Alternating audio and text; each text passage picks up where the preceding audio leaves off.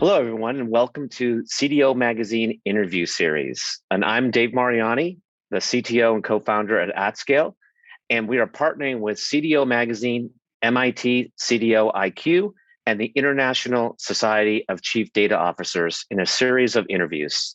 And today, I have the pleasure of talking with Kiran Kanetkar. And Kiran is the Senior Director of Data Engineering, BI, and Analytics at Petco.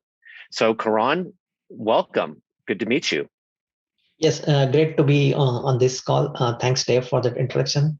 Hello, everyone. Looking forward to this discussion here. Yeah, you sort of kind of cross now into sort of organizational kind of thoughts here in terms of how you organize your teams. What's your mix of talent? So when Kiran, when you're looking at sort of building out your teams to deliver, how do you do it? How do you organize your teams to deliver self-service to the business? What's that makeup look like? Yeah, I think when it comes to delivering using teams, we definitely follow like an agile model, and we have like a cross-functional team of we call it squad.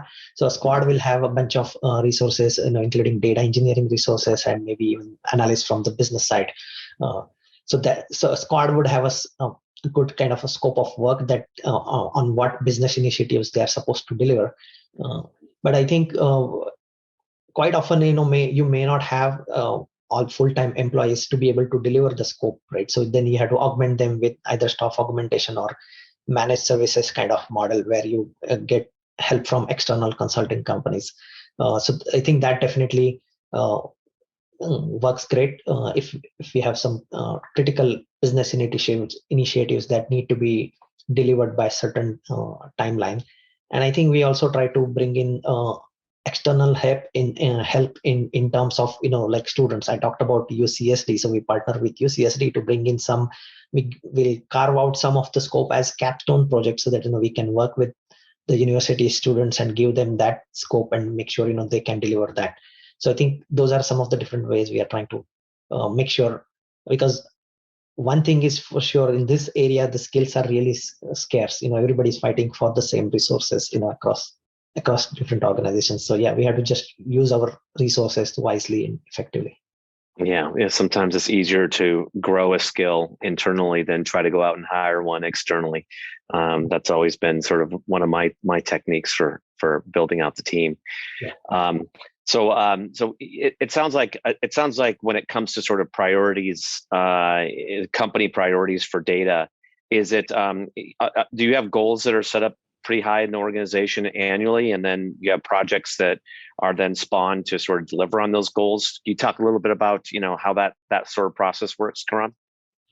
Yes, at a high level, we have goals set at the company level, and that kind of drill down into different departments on what are some of those high priority initiatives across the company, and then who's supposed to. So we really manage that pretty closely in making sure we can deliver on the topmost priorities at the company level, and then obviously there will be other small initiatives which may not be as big as the larger initiatives, but definitely they need to be worked on. So again, I have like a bi-weekly prioritization meeting with the business teams to make sure I'm working on the right priorities that the business has identified. Yeah, it sounds like you mentioned that you have an agile process. So is that how you sort of keep responsive to the business needs? Is it how do you keep up with what the business needs? Yeah, so we follow a traditional agile process, essentially having a product manager that works closely with the business teams to get their business requirements captured, and then have those kind of stories created, and then using a sprint based approach that we can deliver on those, and then every 2 weeks we will deliver something that the business needed, and then work again in terms of prioritization, see what do they need going forward. So we are constantly in that kind of a loop. Every 2 weeks we prioritize what we need to work on in the next 2 weeks, sprint kind of thing, and then go from there. Yeah, I love that. That's you hear more and more of our customers are really treating data as a product, and it sounds like that's what you're doing. Where You actually have data product managers, and then you have sprints to deliver those data products, Right. which is really treating data as just like software when it comes to CI/CD and a real process for delivering data products. So it sounds like that's similar to what you're doing at Petco. Does that sound right? Yes, absolutely. I think treating data as a product is definitely the right way to go moving forward, and making sure we can deliver all the different data products. I think that data as a product can mean different to different people. For some business users, it might be like a dashboard or a report that they want to deliver. For others, it might be like data scientists that may be looking for a model to be delivered. So I think as long as we have the clear definition of what that data product is supposed to deliver, we can really work with different business stakeholders and deliver that. Yeah, that's awesome. Sounds like you're doing some cutting edge stuff at Petco. So in speaking of cutting edge, when you think of sort of the future and what the future holds, and maybe you can talk a little bit also about data science and how data science works into all this.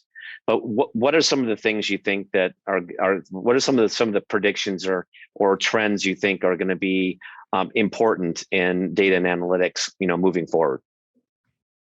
Yeah, I think moving forward, as more and more data is being analyzed, I think I see that a lot of kind of newer applications being built, which are powered by data and analytics initiatives. So it may be some algorithms that may be powering some decisions behind the scenes. The traditional applications that have been there, you can't really change those overnight, right? So you might have to start off building these application more almost like a custom kind of an applications, which rely on some of the modern AI ML kind of algorithms, and that's what you provide to the business, and business then builds their business processes around these analytics kind of an applications. I think I see that that kind of a trend really growing as we move forward.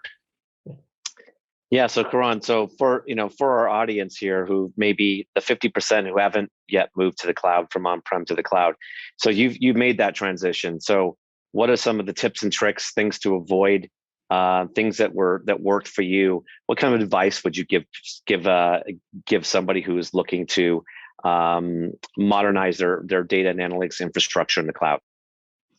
Yeah, I think when you modernize your infrastructure, one of the things that really you have to look at is how do you also re-engineer some of the ways in which you process that data into the cloud-based data warehousing platform or a data lake, whatever you might choose. Because the old ways that might have worked in an on-premise kind of environment are not going to work in the cloud world. So I talked about automation. I think you have to really build modern data engineering pipelines. The traditional ETL kind of models that worked on-premise data warehouses may not work in the cloud. So you have to really think about how do you re-engineer your data engineering to use some of these modern capabilities, and then put a lot more automation in place. I think that is really really important whenever someone is thinking about moving to cloud. Yeah, that's great. So it gets us back to that data ops and really applying those software engineering principles to your data and data pipelines. That's fantastic. So Kiran, thank you for joining me today. You really are a pioneer in data and analytics, and we've sort of talked about that today. And so for the audience, please visit cdomagazine.tech. That's cdomagazine.tech. For additional interviews. So Kiran, thank you for joining us, and have a great day. Thank you, Dave. It was great talking with you today. Thank you.